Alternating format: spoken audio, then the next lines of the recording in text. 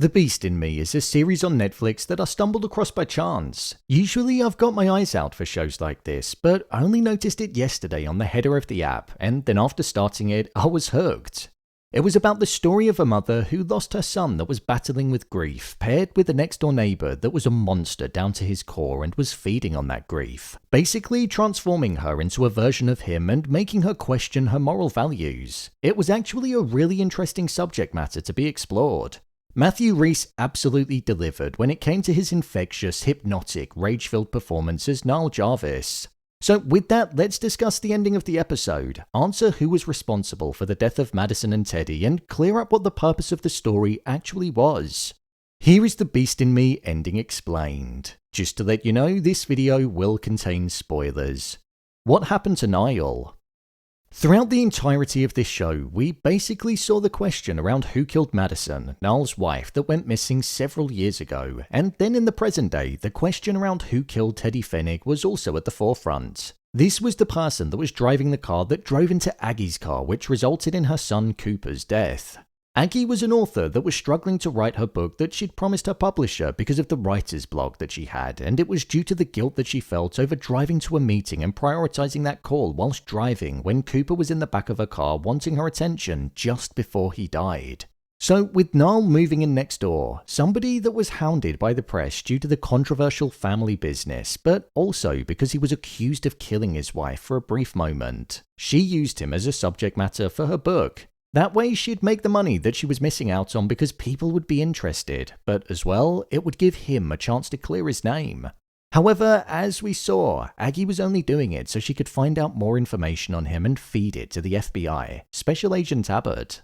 With Nile killing Abbott after he snuck up on him, a moment which took him back to when he did actually kill his former wife Maddy because she was speaking with that exact officer and trying to uncover the criminal operations that the family were running. That was why he actually paused and changed his method to bludgeoning when he killed Abbott. He later found out that Aggie was speaking with him when he was disposing of his phone and that she wanted to show him proof that Nile did kill her. This was the notebook and the fake note that was found written to make out like she ended things for herself. With Nile having Teddy held hostage, he killed him and placed him in Cooper's room inside of Aggie's house so that Aggie would ultimately get arrested and blamed for the murder of him. There was a past motive there due to their history, and that way it would get the police off of Nile's back, and it would also get Aggie to stop digging too. He psychotically believed that they were actually friends, and with that betrayal taking place, he wanted to get revenge on her.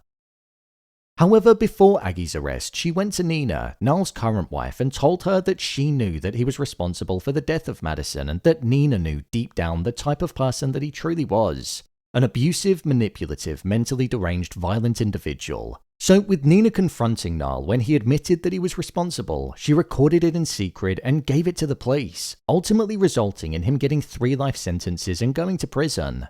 Whilst behind bars, Aggie continued to write the book called The Beast in Me, and I'll delve into the deeper themes of Aggie's connection to Nile in the next section, but with him behind bars, his uncle Rick ultimately paid somebody to kill him whilst he was in jail. Rick thought his nephew was somebody who had been a problem his entire life and was what ultimately drove Martin to have that stroke due to the stress that he caused him with all of the killing and clearing up that they had to do after him. Nile ultimately died by being murdered. Karma always finds a way of coming back around, and as Aggie said herself, we reap what we sow in life. Nile was an evil individual and he died in a horrific way, and with the story being focused on legacy, the family name was tarnished due to the criminal activities that they participated in, the cover-ups that they did for the murders, and the actual committing of murders too. All that was left was Nile's son, whom he never ended up meeting, and Nina was constantly reminded of when she looked in his eyes. Martin wanted a legacy for his family. It's all about the things you leave behind, right? And with the family name being in the mud, the life's work that he'd done was all undone by his own flesh and blood. The deeper themes in the ending. When it came to the deeper themes in the show, specifically the ending and the way that Aggie managed to stay on the right side of the line of vengeance and the psychotic behavior that Nile carried out, we saw that Nile was looking to mold her into a version of himself and harness the grief that she was feeling to do bad things. He believed that she wanted to know what it was like to kill somebody, and for the purpose of the book, she did, but she was never prepared to cross that line herself. The line between good and evil was described as thin, and Nile, whilst on the evil side, was trying to pull her over at every opportunity that he got, hence why he took Teddy and wanted him to be dealt with. He himself felt like there was an injustice there because he was never punished properly by the law, and he took things into his own hands. He even said to Aggie that they did it themselves, like her anger towards Teddy was what spurred him on, and within herself deep down, he felt that she wanted him to do that. There was a primal nature in Nile's behaviour. It was made a point early on in the show with the short temper that he had, the way that he was made out to be animalistic in the way that he ate, and also in the aggressiveness that he had within him too. Vengeance was something that he was always filled with, for no reason whatsoever, and Aggie was a stone's throw away from looking in the mirror and seeing the person that she could have become if she let vengeance take over her life any more than what it once did. At the start of the show, she was aggressive towards Teddy, but by the end of it, we saw that she accepted her responsibility in the death of her son and was beginning the process of grieving him properly whilst finding a way of moving on. We even saw that with the way that she was accepting of Shelley's new partner, no longer clinging on to the past. Legacy was also a core theme that was explored in the show, and how a legacy that one builds over the course of a lifetime, like we saw with Martin, can all be undone by one individual, like what we saw with Nile. Martin cared that much about legacy that his brother Rick killed him because he didn't want him to see how the world perceived the family name after waking up. My review of the show. I thought this show was pretty good. Like I said at the start of the video, I don't remember seeing a trailer for this show or anything like that, so it caught me by surprise and I'm glad that I put it on. The thing that I want to talk about first are the performances. Claire Danes as Aggie was delivered really well, and she encapsulated that grief-stricken feeling in the most immersive and painful of ways. You could sense that she was stuck in the past, filled with rage, and didn't quite know how to move on from the death of her son. I did find her a little annoying at points, but I can look past it because for the most part she was performed really well.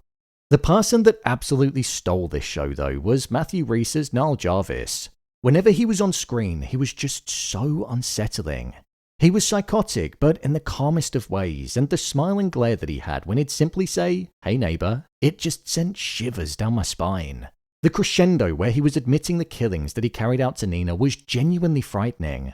The intensity of his emotions, the facial expressions, and the clear out-of-his-mind attitude that he had was incredible. It was the strongest performance in the entirety of the show. Nile was sick, clearly very mentally deranged, and it was just performed so well.